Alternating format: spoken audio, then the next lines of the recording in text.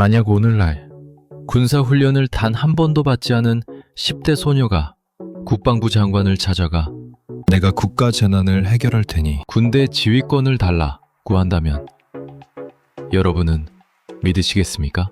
600년 전 프랑스에는 실제로 이 황당한 요구를 관철시키고 단 1년 만에 100년 전쟁의 판도를 바꾼 소녀가 있었습니다. 잔 다르크 하면 어떤 이미지가 떠오르세요? 누군가에게는 프랑스를 구한 성녀로, 또 다른 누군가에게는 불길에 휩싸인 마녀로, 그리고 시대에 따라 변하는 강력한 상징으로 기억됩니다. 오늘은 600년이 넘는 시간 동안 이렇게나 다양한 얼굴을 가졌던 한 소녀의 이야기를 들려드릴까 합니다. 안다르크가 등장하기 전 프랑스는 그야말로 절망의 나락에 떨어져 있었습니다. 지도를 보시면 아시겠지만 잉글랜드는 당시 프랑스 국토의 3분의 1을 실질적으로 점령한 상태였어요. 인구는 프랑스가 1700만, 잉글랜드가 400만으로 훨씬 많았음에도 불구하고 프랑스는 무려 30년간 단 한 번도 이겨본 적 없는 처참한 상황이었죠. 마치 거인이 만쟁이에게 짓밟히는 듯한 말도 안 되는 패배감이 온 나라를 뒤덮고 있었습니다. 바로 그때 1424년 프랑스의 한 시골 마을에서 평범한 12세 소녀 잔다르크가 천사의 목소리를 듣기 시작합니다. 그녀는 이 목소리가 자신에게 위기에 빠진 프랑스를 구하고 왕세자 샤르를 도와 잉글랜드를 몰아내며 랭스에서 대관식을 치르게 하라는 신의 사명을 전달했다고 믿었어요. 상상해보세요. 어린 소녀가 나라의 운명을 짊어지려는 메시지를 받다니요. 그녀는 곧바로 왕세자 샤르를 찾아가 이렇게 말합니다. 고귀하신 왕세자시여, 하늘의 군주께서 전하께서 왕관을 쓰시고 프랑스 왕이 되시리라고 말씀하십니다. 그녀의 첫 번째이자 가장 극적인 활약은 바로 오를레앙의 기적입니다. 당시 오를레앙은 잉글랜드군에 의해 무려 200일 동안이나 포위되어 프랑스군의 사기는 바닥을 치고 있었어요. 그런데 잔다르크가 도착한 지 불과 9일 만에, 단 9일 만에 잉글랜드군이 철수하는 놀라운 일이 벌어진 겁니다. 병사들은 그녀에게서 신의 계시를 보았고 프랑스인들은 그녀를 오를레앙의 성녀라고 부르며 희망을 되찾았습니다. 정말 믿기지 않는 기적 같은 승리였죠. 오를레앙에서의 승리 이후 잔다르크는 더 큰 사명을 향해 나아갑니다. 그녀는 적인 부르고뉴파의 영토 300km를 가로지르는 대담한 진군을 이끌었어요. 놀랍게도 수많은 도시들이 싸우지도 않고 항복하며 왕세자 샤를 7세에게 충성을 맹세했습니다. 잔다르크의 존재 자체가 프랑스 국민들에게는 기적이었고 잉글랜드군에게는 공포였던 거죠. 결국 1429년 7월 17일 그녀의 예언대로 랭스 대성당에서 샤를 7세가 프랑스의 정식 국왕으로 즉위합니다. 한 소녀가 절망의 왕세자를 진정한 왕으로 만든 역사적인 순간이었죠. 하지만 영광의 순간은 그리 오래가지 못했습니다. 아이러니하게도 왕을 만든 영웅 잔다르크는 이제 왕에게 짐이 되기 시작했어요. 대관식 이후 샤를 7세는 전쟁보다는 잉글랜드와의 협상을 통해 평화를 얻으려 했고 잔다르크의 모든 잉글랜드군을 몰아내야 한다는 강경한 태도는 그의 외교적 개선에 큰 걸림돌이 된 거죠. 결국 1430년 5월 콤피에뉴 전투에서 전투 중이던 그녀를 위해 성문이 닫히고 잔다르크는 부르고뉴군에게 포로로 잡히는 비극을 맞이합니다. 마치 필요할 때는 쓰고 더 이상 필요 없어지자 버려진 듯한 느낌이 들지 않으세요?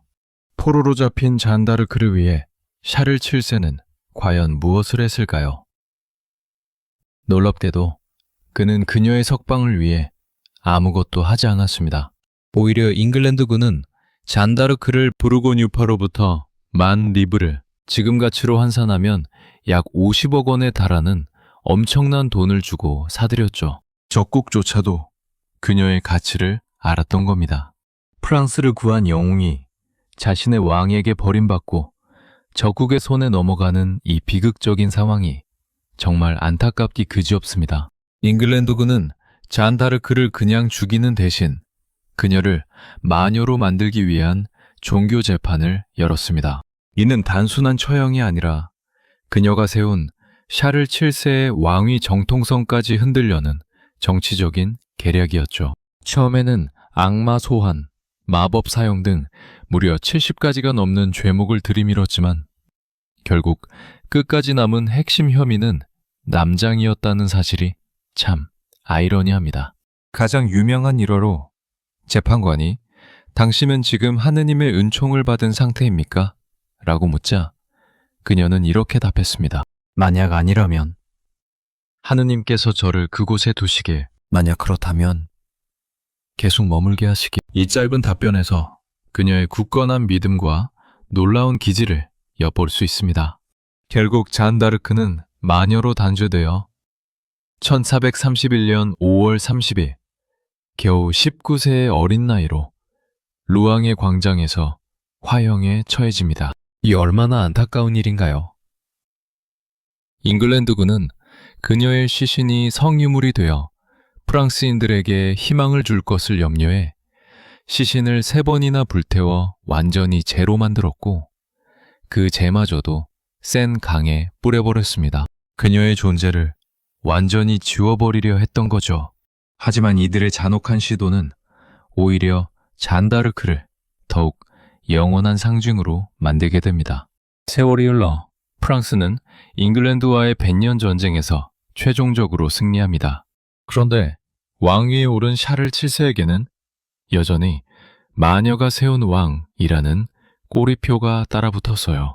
자신의 정통성을 강화할 필요가 생긴 왕은 이번엔 잔 다르크의 명예회복을 추진합니다. 1456년 교황의 승인하에 재판이 다시 열렸고 그녀의 모든 혐의는 무죄로 선언되며 순교자로 인정받게 됩니다. 참으로 기가 막히는 일이죠. 살아서는 왕을 위해 싸우다 버림받고 죽어서는 다시 왕의 필요에 의해 부활하여 그 정통성을 강화하는 도구로 이용되다니요. 잔 다르크는 시대의 요구에 따라 끊임없이 새로운 얼굴을 부여받았습니다. 나폴레옹 시대에는 강력한 국가주의의 상징으로, 세계대전 때는 외적을 물리치는 용사로, 또 여성 참정권 운동에서는 남성에게 맞선 여성의 수호성인으로 불렸죠. 심지어 현대에는 좌파에게는 하층민의 영웅으로, 우파에게는 왕권의 수호자로 각기 다른 해석을 낳으며 격렬한 논쟁의 중심에 서기도 합니다. 한 인물이 이렇게나 다양한 의미로 소비될 수 있다는 것이 놀랍지 않나요? 그리고 21세기 잔 다르크는 또 한 번 새로운 그리고 매우 논쟁적인 얼굴을 갖게 됩니다. 프랑스의 극우 정당인 국민전선, 지금의 국민연합은 잔 다르크를 당의 상징으로 독점적으로 사용하며 그녀를 순수한 프랑스를 지키고 외국인을 몰아내자는 구호의 아이콘으로 만들었어요. 한때는 절망에 빠진 나라를 구하고 왕을 세웠던 시골 소녀가 이제는 반이민 정책의 최전선에 서 있는 셈입니다. 이 얼마나 아이러니한 변신인가요? 성녀로, 마녀로, 그리고 시대의 상징으로 600년이 넘는 시간 동안 잔 다르크는 이처럼 다양한 얼굴로 우리의 기억 속에 살아 숨쉬고 있습니다. 그녀의 이야기는 우리에게 깊은 질문을 던집니다. 과연 영웅의 진짜 얼굴은 무엇이며 그들의 역사는 과연 누구를 위해 어떤 목적으로 쓰이는 것일까요?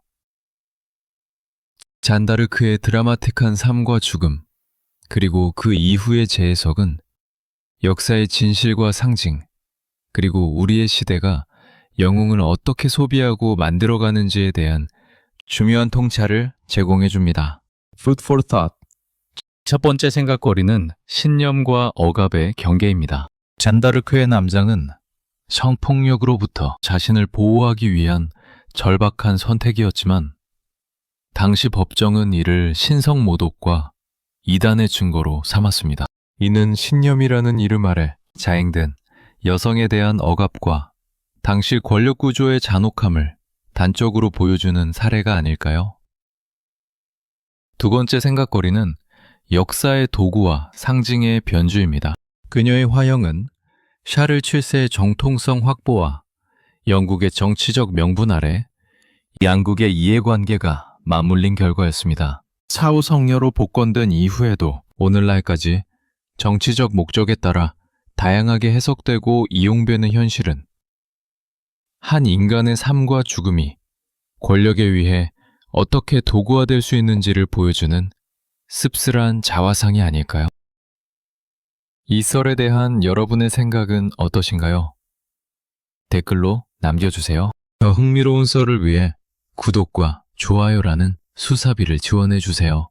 다음에 뵙겠습니다.